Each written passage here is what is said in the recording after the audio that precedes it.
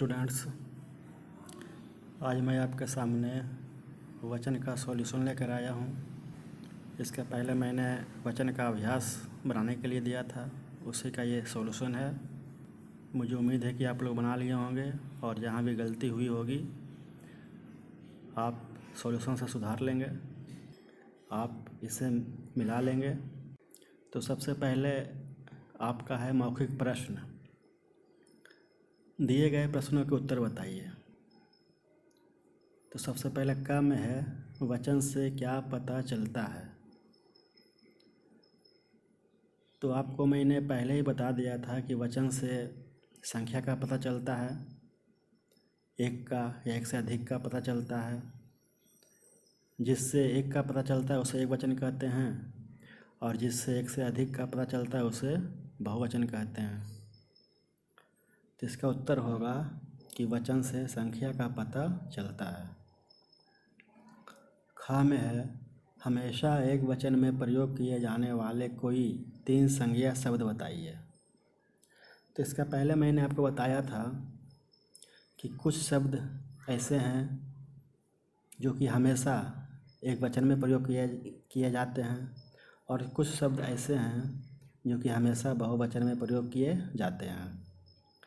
तो इनमें से पानी, घी, सोना, ये तीनों ऐसे शब्द हैं जिसका प्रयोग हमेशा एक वचन में किया जाता है।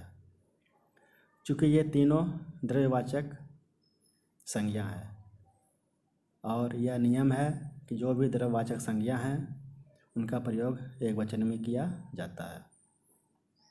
तो पानी, घी, सोना, ये तीनों का प्रयोग हमेशा एक वचन में किया जाता है।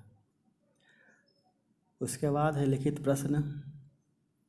लिखित प्रश्न में पहला है, दिए गए प्रश्नों के उत्तर लिखिए। का वचन के कितने भेद हैं, नाम लिखिए। यहाँ पर सिर्फ वचन के भेद पूछ रहे हैं और उनका नाम पूछा जा रहा है। यहाँ पर परिभाषा लिखने के लिए नहीं कहा जा रहा है, इसलिए मैंने सिर्फ वचन के 2 भेद लिखे हैं और उनका नाम लिखे हैं। तो वचन के 2 भेद हैं, एक वचन और बहुवचन। चूँकि यहाँ पर परिभाषा लिखने के लिए नहीं कहा है, इसलिए मैंने परिभाषा नहीं लिखी है। आपको इसका परिभाषा देखना होगा, तो आपने फेयर कॉपी में जो लिखा है उसे याद कर लेंगे, आपको परिभाषा मिल जाएगा। ख में है, बहुवचन में हमेशा प्रयोग होने वाले कोई 2 शब्द वाक्य के रूप में प्रयोग कीजिए। तो अभी मैंने कहा कि कुछ शब्द ऐसे हैं जिसका प्रयोग हमेशा एक वचन में किया जाता है, और कुछ शब्द ऐसे हैं जिसका प्रयोग हमेशा बहुवचन में किया जाता है। तो इनमें से पहला प्राण है जिसका प्रयोग हमेशा बहुवचन में किया जाता है। दूसरा दर्शन है जिसका प्रयोग हमेशा बहुवचन में किया जाता है। तो प्राण का प्रयोग वाक्य में ऐसे होगा कि राजा के प्राण निकल गए। चूँकि प्राण बहुवचन है, चूँकि प्राण का प्रयोग बहुवचन में किया जाता है, इसलिए का नहीं बल्कि के होगा, क्योंकि का एक वचन के लिए होता है और के बहुवचन के लिए होता है। तो प्राण के पहले का नहीं बल्कि के होगा। उसके बाद निकल गए। यहाँ पर ध्यान दीजिएगा कि राजा के प्राण निकल गए। यहाँ पर गया नहीं बल्कि गए होगा, क्योंकि गया एक वचन के लिए होता है और गए बहुवचन के लिए होता है।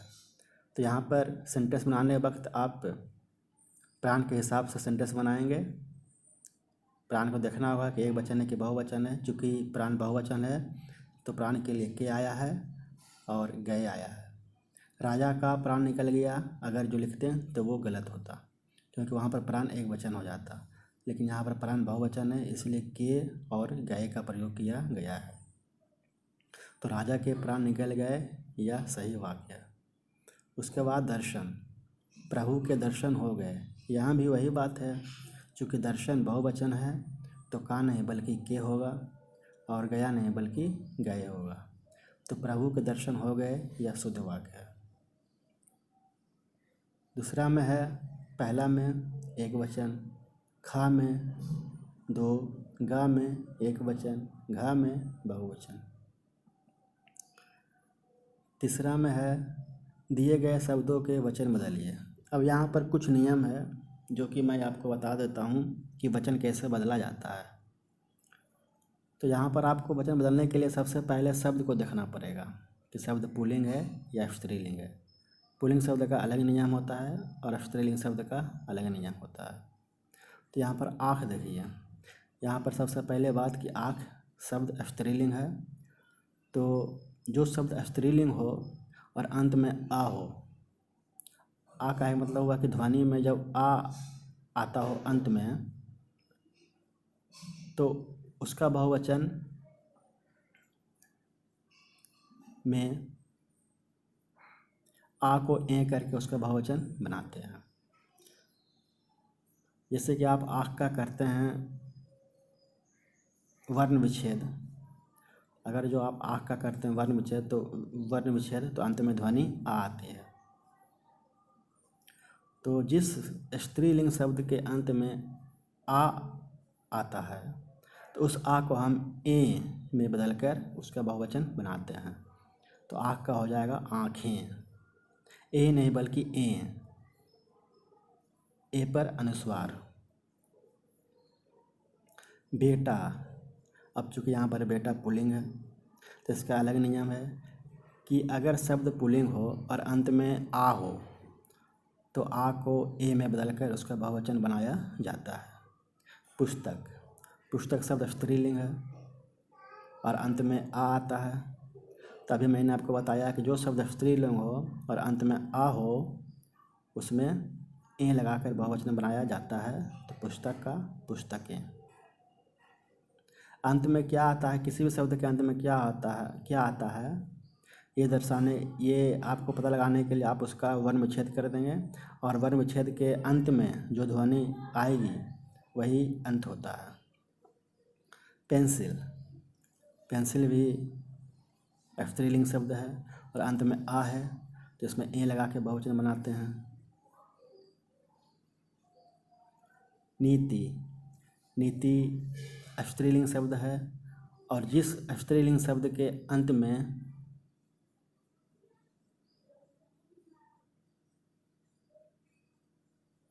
ह्रस्व भी होता है उसमें यहाँ लगाकर बहुवचन बनाते हैं। उसके बाद वस्तु है, चूँकि वस्तु पुल्लिंग शब्द है तो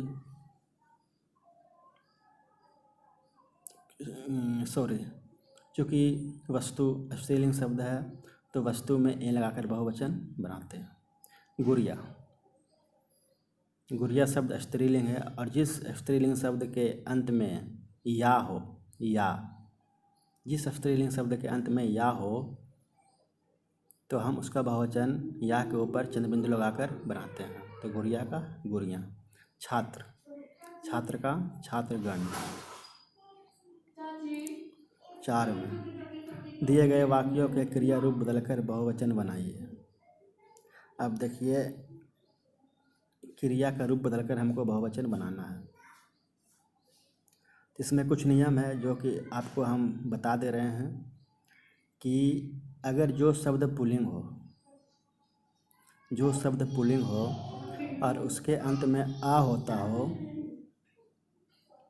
तो उसका बहुवचन सेम रह जाता है। जैसे कि शेर, शेर शब्द पुल्लिंग है और अंत में आ है तो शेर को हम शेर ही लिखेंगे, शेर का बहुवचन शेर ही होगा।